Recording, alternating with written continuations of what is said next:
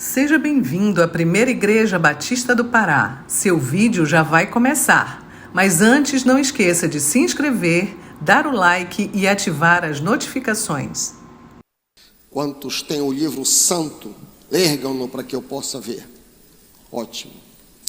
Este livro é o único livro que Deus escreveu para a humanidade. Quem escreveu este livro não foi Isaías, Mateus, Marcos, Lucas, João, Paulo. Quem escreveu esse livro foi o Espírito Santo, amém? O Espírito Santo usou homens para escrever esse livro precioso. Eu queria que tu te voltasses para o finalzinho do Evangelho de Mateus. Mateus capítulo 28. Mateus capítulo 28, nós vamos ler a parte B do versículo 20, parte B, B de bravo, diz assim: e eis que estou convosco todos os dias, até a consumação do século. Podíamos dizer tão curto, podíamos até dizer juntos, né? Vamos dizer junto: e eis que estou convosco todos os dias, até a consumação dos séculos. Pai, fala conosco agora. Teu povo não veio aqui para me ouvir, eles vieram para ouvir a tua voz.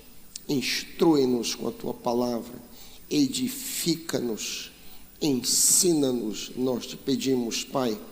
Pedimos isso no nome e por misericórdia de Jesus, e o povo concordando diz: o texto que acabamos de ler e recitar é uma promessa preciosíssima.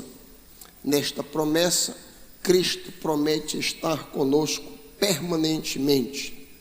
Por sinal, a Bíblia está cheia de promessas da companhia de Jesus nos carregando.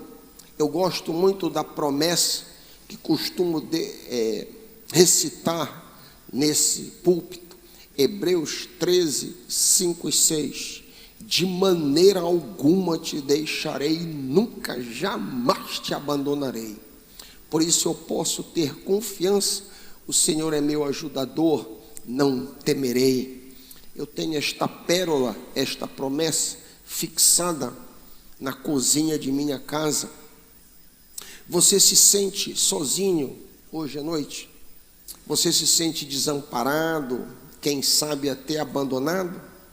Escute a promessa mais uma vez: eis que estou contigo diariamente até o final dos tempos. Esta promessa é para todos que têm Jesus como Senhor e Salvador de suas vidas. O Senhor Jesus é teu chefe? O Senhor Jesus, por acaso, é teu mestre? Caso positivo, escute outra vez a voz do Senhor para ti: eu nunca te deixarei, de forma alguma te abandonarei. Qual maior garantia você necessita para nada temer? Ainda teme? Ouça a promessa do Senhor para você. Eu disse: você é meu servo, eu te escolhi e não te rejeitei, por isso não tema. Não tema, eu estou contigo, eu estou com você, não tenha medo, eu sou o teu Deus, eu te fortalecerei, eu te ajudarei, eu te segurarei com a minha mão direita vitoriosa. Que promessa, promessa maravilhosa em Isaías 41, 9 e 10. Não existe maior encorajamento, sim, não há maior encorajamento de saber que o dono do céu, o dono do inferno, o dono da vida e o dono da morte, o Senhor Jesus Cristo, está do teu lado. Não é isso que Jesus é? Não tenha medo, disse Jesus. Eu sou o primeiro, eu sou o último. Eu sou aquele que vive, estive morto, mas agora vivo para sempre. E eu tenho as chaves da morte e do inferno. Apocalipse 1, 17 e 18. Vemos nestas promessas preciosíssimas do Senhor que Ele estará sempre do nosso lado. Quando você e seu cônjuge se unem em oração, o Senhor estará bem ali no meio de vocês. Temos aqui um grande encorajamento para eu e você nos unirmos em oração com os nossos cônjuges. Estamos celebrando o ECC, é o momento de considerarmos o nosso cônjuge. Onde se reunirem 2 ou 3 em meu nome, ali estou no meio deles. Veja, há um maior poder na oração de 2 pessoas unidas do que na oração de alguém sozinho. Jesus nos promete sua companhia, sua força, a sua sabedoria e todos os seus recursos para que junto com Ele possamos vencer todos os desafios que a vida nos apresentar. Venha o que vier, por fim, venha o que vier, o Senhor Jesus estará sempre conosco. Todavia, para que Jesus estivesse sempre conosco, para que Ele possa estar hoje, 5 de novembro de 2023 contigo, Ele teve que pagar um alto preço. Cristo deixou o seu trono no céu, a sua glória eterna, deixou a adoração que Ele tinha desde antes da fundação do mundo e encarnou no ventre de Maria. O Verbo se fez carne e habitou entre nós, cheio de graça e de verdade, e vimos a sua glória, vimos a glória do unigênito do Pai. Ele, Cristo, escolheu um lar pobre, onde foi arrimo de família, trabalhando como carpinteiro, para sustentar sua mãe e 6 irmãos. Aos 30 anos, iniciou seu ministério, demonstrando publicamente ser o Filho de Deus, o esperado Messias, o Salvador do mundo. Ele andou por toda parte, fazendo bem, curando os doentes, confortando os aflitos, dando pão aos famintos, levantando os paralíticos, abrindo os olhos aos cegos e ressuscitando os mortos. Ele revelou ao mundo o caráter do Pai, ensinando a todos nós como agir para agradar a Deus. Afinal, Ele mesmo disse: ninguém sabe quem é o Pai, senão o Filho. Aprendemos com os ensinos de Cristo que Deus aceita todos que se arrependem, prostitutas, bandidos, vagabundos, ladrões e párias da sociedade. Ele aceita, Ele recebe, mas Ele rejeita e detesta os hipócritas. Isso que aprendemos com Jesus quando lemos os seus ensinos nas Sagradas Escrituras. Ele veio para nos reconciliar com o Pai. Ele veio para nos fazer filhos de Deus. Veio para o que era seu, a criação que Ele fez tudo. Mas os seus, os judeus, não o receberam. Mas a todos quantos o receberam, deu-lhes o direito, não tinham, de se tornarem filhos de Deus, não eram, a saber, os que creem no seu nome. Cristo veio para nos fazer filhos. Todos os seres humanos são criaturas de Deus, não filhos de Deus. João diz que os seres humanos, de uma maneira geral, são filhos do diabo. Não se aborreça comigo, é a Bíblia que diz isso. Mas Jesus veio aqui para nos fazer filhos de Deus. Porém, os poderosos líderes religiosos, cheios de inveja e ciúme, rejeitaram a Cristo e o mataram. Misteriosamente, este assassinato cumpriu um plano que o próprio Deus havia estabelecido desde a eternidade. Como lemos em Apocalipse 13:8, o Cordeiro foi morto desde a fundação do mundo. Que coisa maravilhosa! Mas que plano era esse? Este plano foi anunciado logo no começo da história da humanidade. O proto-evangelho é lido em Gênesis 3,15. Eu porei inimizade entre ti e a mulher, entre a tua descendência e o seu descendente. Este te ferirá a cabeça e tu lhe ferirás o calcanhar.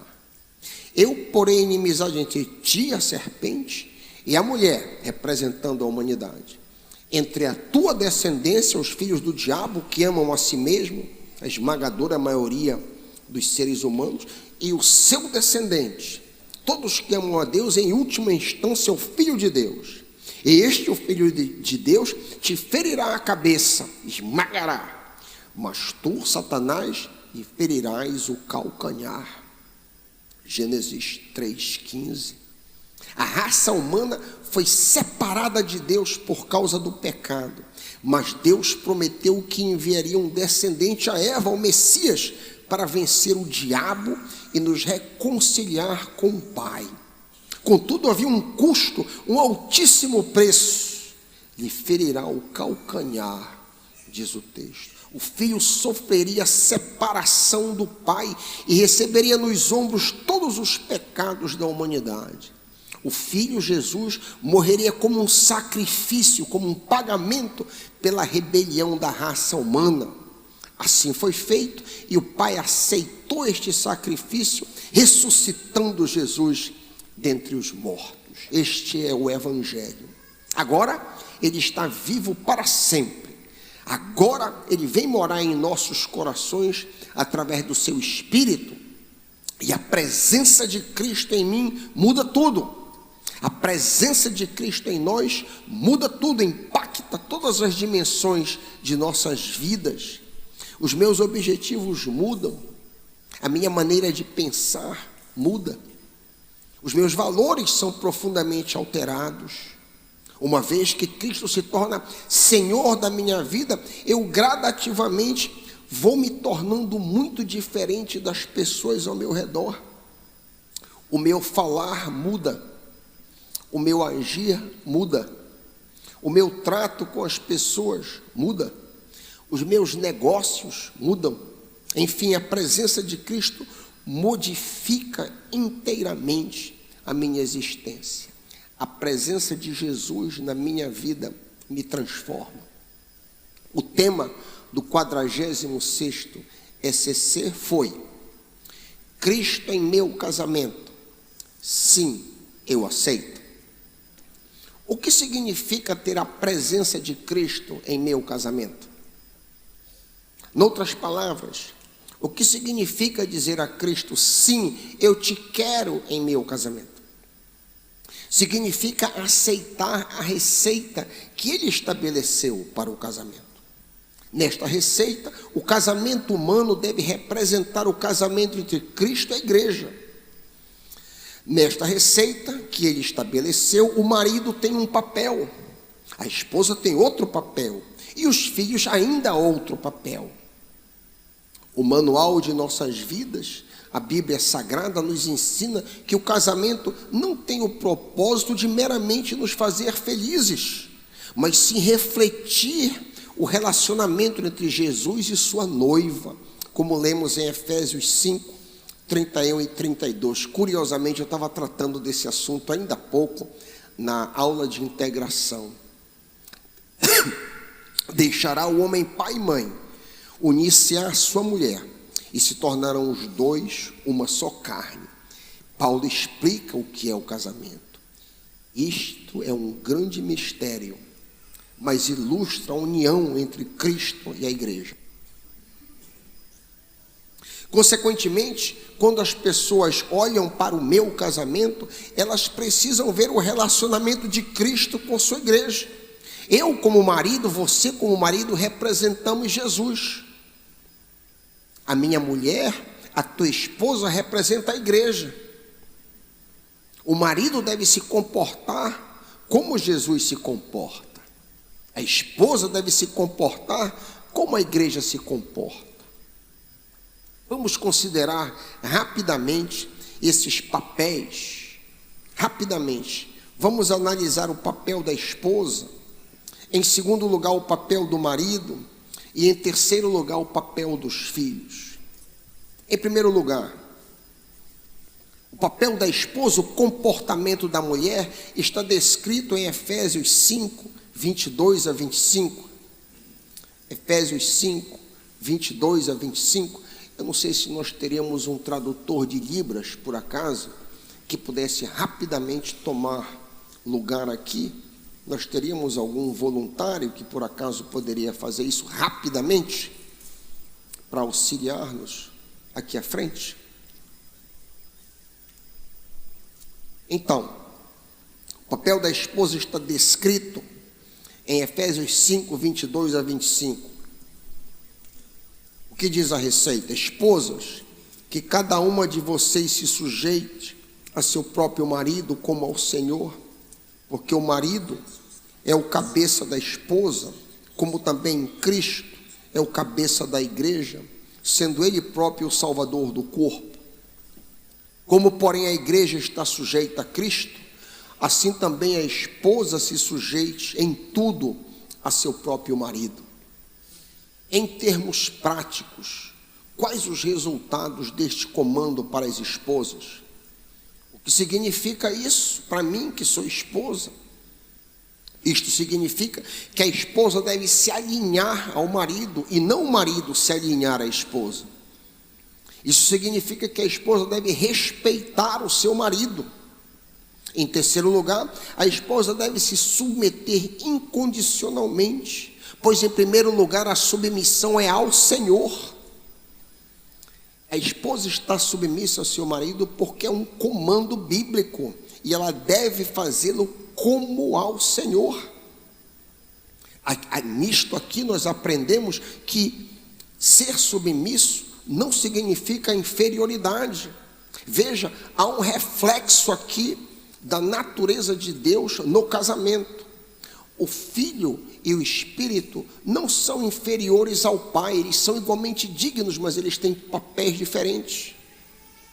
O filho tem um papel diferente do pai, o espírito tem um papel diferente do filho.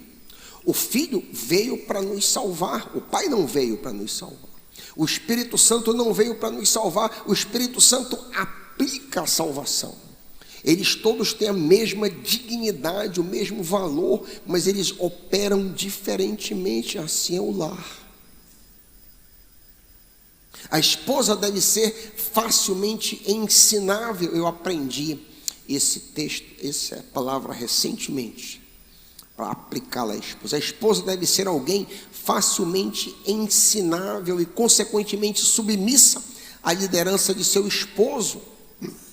O lar, tal qual uma empresa, uma igreja, um empreendimento, uma escola ou qualquer organização, o lar necessita de uma cabeça, de um líder. Qualquer organismo com mais de uma cabeça é um monstro e não um organismo sadio. Para que um lar funcione bem, é necessário que o marido seja o líder de sua casa e a esposa siga a liderança do seu esposo. O paralelo entre Cristo e a igreja é exato. A igreja deve se submeter a Cristo e a esposa deve se submeter a seu esposo. A essa altura, vale repetir, o propósito do casamento não é a minha felicidade, mas sim refletir o relacionamento entre Cristo e a igreja. Ao agir assim como esposa, eu digo: Cristo em meu casamento, sim, eu aceito. Em segundo lugar, o papel do marido. O comportamento do esposo está descrito sumariamente em Efésios 5:25, onde lemos, Efésios 5:25, o sumário do comportamento, do papel. Maridos, amai vossas mulheres, como Cristo amou a igreja e se entregou por ela. Em termos práticos, quais os resultados deste comando para os maridos? A primeira coisa que salta aos olhos é que o amor bíblico não é uma emoção, mas sim uma ordem que eu sou chamado a obedecer. Eu sou comandado a me doar sacrificialmente a minha esposa, como Jesus se doou pela igreja.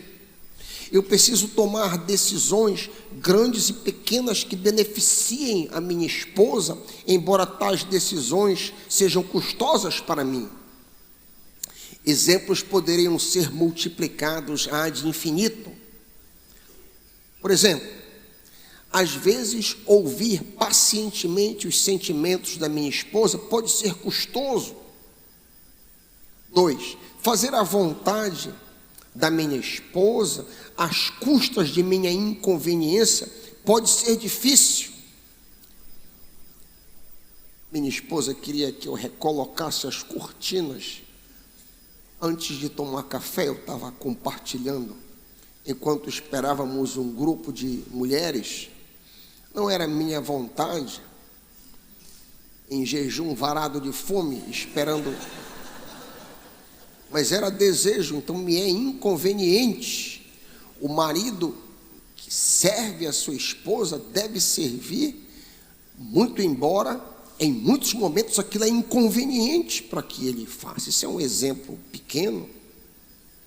O terceiro exemplo, o que significa amar a minha esposa. Terceiro, domar os meus olhos na praia pode ser custoso e difícil. Somos chamados a assim agir. Quarto e último exemplo, escolher fazer vasectomia para poupar a esposa de laqueadura pode ser custoso. Enfim, os exemplos podem ser 1000.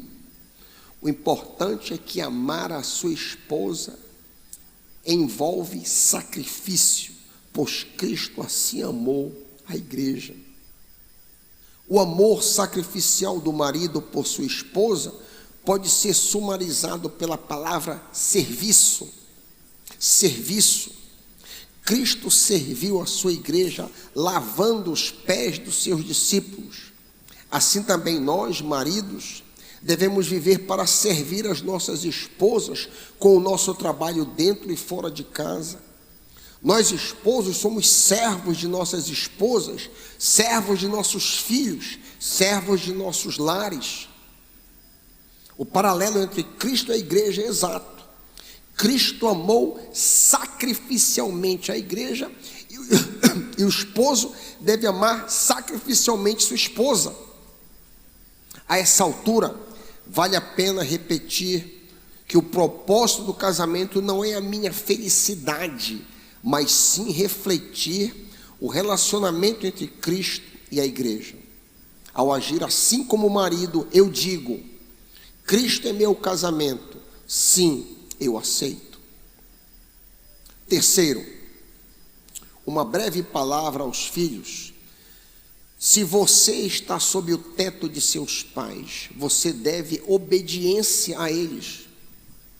Há um único comando aos filhos que dependem dos pais, onde lemos Efésios 6, 1-3. Filhos, obedecei a vossos pais no Senhor, porque isso é justo.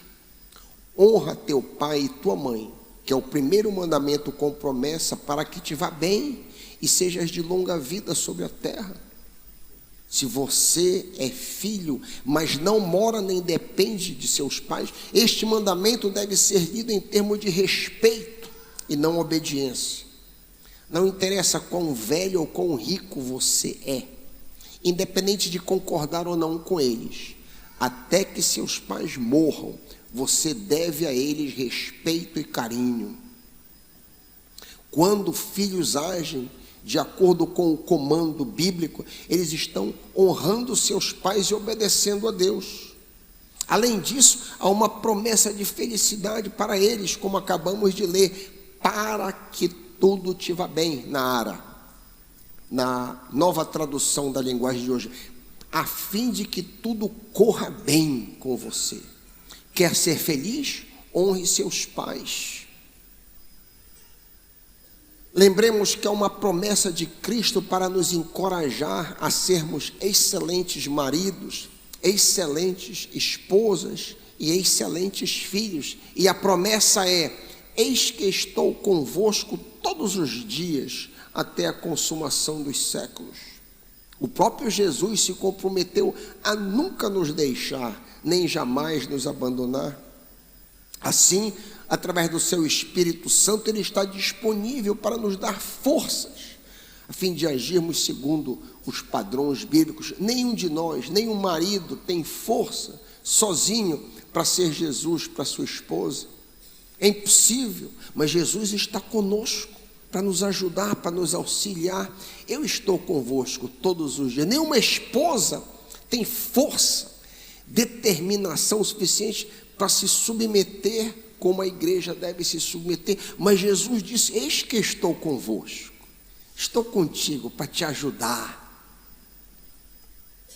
Lembremos que Cristo pagou um custo altíssimo para nos comprar das garras do diabo, das garras do pecado e dos apelos deste mundo. Por que eu haveria de ser Jesus no meu lar? Você, marido, pergunta. Por que eu haveria de me submeter ao meu marido? Esposa pergunta. Porque Jesus pagou um alto preço. Jesus pagou um alto preço para proporcionar esse tipo de vida para você.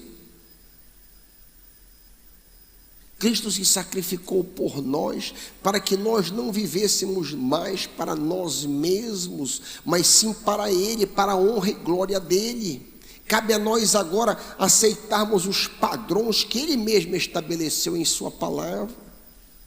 Quando a esposa aceita se submeter ao seu esposo, na realidade, o que ela está dizendo é o seguinte: Cristo em meu casamento, sim, eu aceito. Quando o marido aceita amar sacrificialmente sua esposa, na realidade o que ele está dizendo é: Cristo em meu casamento, sim, eu aceito. O propósito do casamento, finalmente, para encerrar, o propósito do casamento, o objetivo do casamento não é nos fazer felizes. Isso é o propósito no mundo. Isso é o propósito de pessoas pagãs que não conhecem a Cristo. O propósito do casamento é mostrar ao mundo a maneira como a igreja deve se submeter a Cristo e a maneira como Cristo ama sacrificialmente sua igreja. Que você e eu possamos obedecer à receita de Deus para as nossas vidas. Em nome de Jesus. Amém.